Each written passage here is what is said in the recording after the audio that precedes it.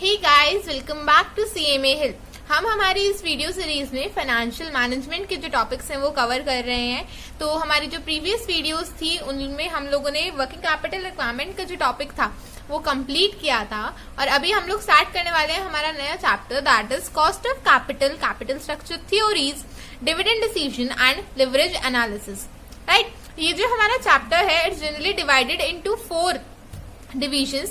These 4 divisions we are going to study as an individual chapter in a particular series. Okay, so in this video what we are going to discuss a very basic introduction and cost of capital हम लोग जो है start करेंगे. Okay, so see what is generally cost of capital is all about. The introduction says the cost of capital is the most important and controversial area in the financial management. बहुत ही important और controversial area होता है financial management का cost of capital. Capital budgeting decisions have a major impact on the firm. How whatever the capital budgeting means how we are going to budget our capital, the budget required, that how much capital is to be invested, called as capital budgeting decisions have a major impact on the firm, and the cost of capital is used as a criteria to evaluate the capital budgeting decision.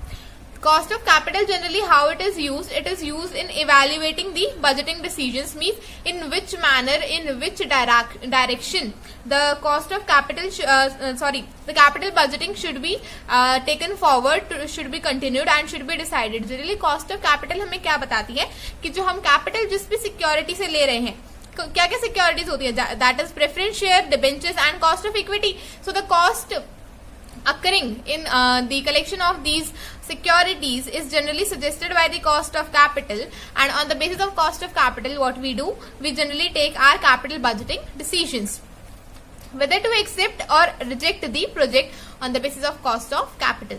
The knowledge about cost of capital and how it is influenced by the financial leverage, हम लोगों ने last chapter में पढ़ा था financial leverage क्या होता है, and is useful in making capital structure decisions.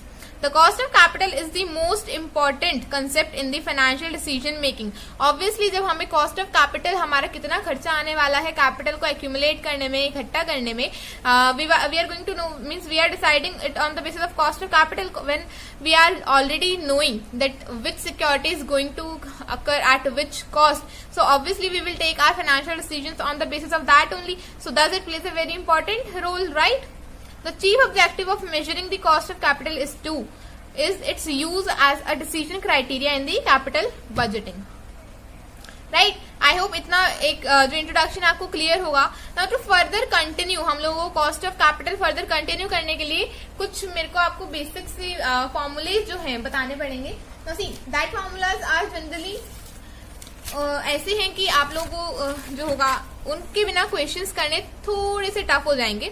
So to make it easy for you what I have done is that मैंने इन फॉर्मूला की एक लिस्ट बना दी है. सो मैं जैसे जैसे डिस्कस कर रही हूँ you keep on coping this formula because obviously they are going to help you. Okay, nothing tough is there, just go with the flow, go with the formula, whatever given in the is given in the question, you are supposed to put that in your formula. Now see, first of all what we are going to do, we are going to discuss about the cost of debt. Ma'am डेप्ट generally हम लोग समझ गए हैं कि हम लोग debentures के बारे में कैसे निकालने वाले हैं, हमारे डिबेंचर्स की जो सिक्योरिटी है, जो हमारा कॉस्ट है डिबेंचर्स को लाने का, वो कैसे आने वाला है. Now that thing is generally divided in in 3 cases. That is, if the cost of debt is before tax and also is irredeemable or perpetual. If the debentures are irredeemable or perpetual, so the formula would be I upon P, and where I is interest on the face value and PO is the proceed or the market price of the share. Right? Cost of debt if it is perpetual or irredeemable and before tax, so the formula would be I upon PO, that is interest upon face market value. Clear? The second part says that if it is after tax, after tax means the formula would be I1 minus T upon PO. I1 minus T upon PO means I means interest, PO means the proceed or the market price, and I1 minus T is the tax rate. That is 1 minus whatever tax rate is given to you, that would be subtracted. That is 1 minus T. both the formula is very easy. I upon PO, that is interest upon your proceed markets, and if it is after tax, so I into 1 minus T upon PO. Clear? The second part says cost of irredeemable debt. Now this one is for the redeemable debts. Please make this correction. This is for the redeemable. Right? The cost of redeemable debt, that would be, now see, why I have written KD in front of all of these. Generally, whenever we are calculating cost of debt, it is represented by KD. Okay, cost of डेप्ट, cost of equity, cost of preference shares के लिए हम लोग क्या करते हैं, जो हमारा प्रेफरेंस शेयर्स है उसके लिए हम लोग के पी लेते हैं, जो हमारा इक्विटी है उसके लिए हम लोग के ई लेते हैं, और जो हमारा डेट्स है उसके लिए हम लोग के डी लेते हैं. Okay, now when it is cost of redeemable debts, the formula is I into 1 minus T, that is we know I is the interest, 1 minus T is your tax rate, plus RV minus PO, where RV is your redeemable values, means the value at which the debentures have been redeemed. RV is your redeemable value and PO is your proceed market value upon N, that is number of years, right? Upon N number of years denote करता है, ना कि number of shares, number of securities, number of debentures नहीं, number of years denote करता है. And whenever we are doing it in the numerator, so RV minus PO upon N, in the denominator we have RV plus PO by 2. Clear with the difference? RV minus PO upon N and RV plus PO divided by 2. I hope ये clear है. That is interest, tax rate, redeemable value. हम लोगों ने देखा I हमारा interest था, T हमारा tax rate था, RV हमारा redeemable value minus PO that is proceed market upon N upon RV plus PO by 2.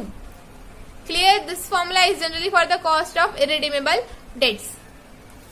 Okay, next coming on to your preference shares. What preference shares is, the cost of preference shares, how it is calculated. See, cost of preference shares says perpetual, if the shares are perpetual, that is irredeemable. So what we are going to do, the KP is D into 1 plus DT upon NS. Ma'am ये क्या बोल दिया, हमें तो कुछ समझ में ही नहीं आया.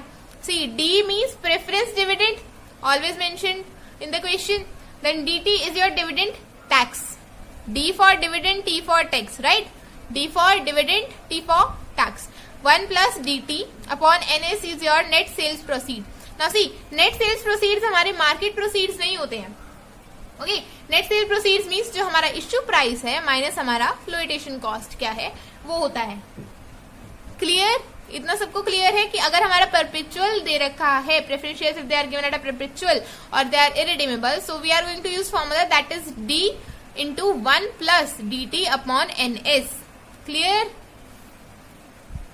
Now, when it is redeemable, the case of redeemable says that KP would be D 1 plus DT same plus RV minus NS upon N upon RV plus NS by 2 into 100. Ma'am similar ही है formula तो debentures वाले case से.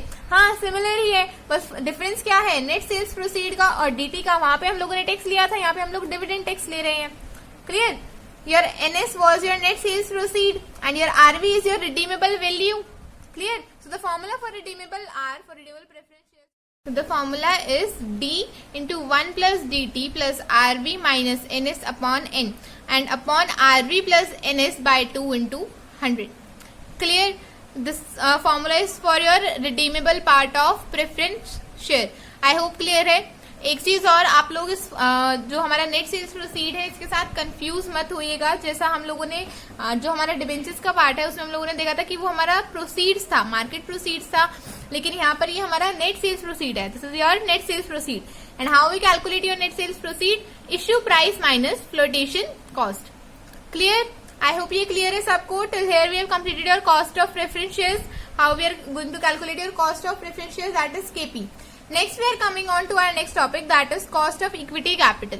What cost of equity capital, how we are going to calculate? We have 4 methods for the calculation of cost of equity capital. The 4 methods are, first is dividend method. Also you need to keep in your mind that which method you are going to use in which situation depending upon your question.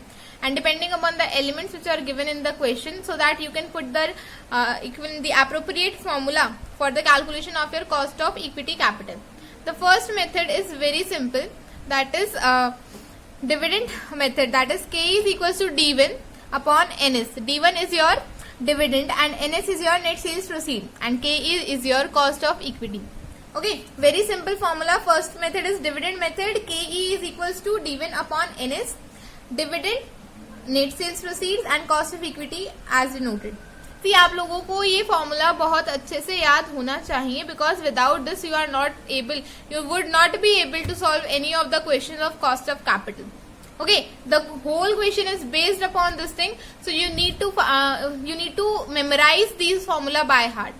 Okay, the next method is going to be the constant growth model, also known as the Gordon model. Now see, constant growth model means a growth in the level of dividend, when dividend expected to grow at a rate of G. At a rate of G means suppose that there are chances that the dividend might grow in future or in the upcoming days, in the upcoming months as the period is going on. So that growth rate is generally represented by G. Okay, the formula is D1 upon PO plus G. D is your dividend, this is your market price, and plus G. Clear? This is your formula number 2. The next is your earning model, formula number 3. What it says, earning per share upon net sales proceed. Okay, with this we have done your 3 methods. Now see, the fourth method is very important also, and you need to understand also, because it's new for you. New to sabhi the, but this one is typical one. See, capital assets pricing model, also known as CAPM, that is CAPM. Okay, you can also call it as CAPM, I call it as CAPM. Okay, depending upon your ease, whatever you can say. So capital asset pricing model, CAPM, that is KE. How you are going to calculate? RF plus beta into RM minus RF. You have 3 things in this, that is RF, beta and RM. That is RF plus beta into RM minus RF.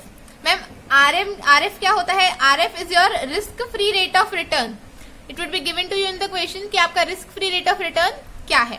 That is denoted by RF. Next is your RM, that is return on the market portfolio. RM stands for आपका return कितना है, right? Return which you are expecting is your RM.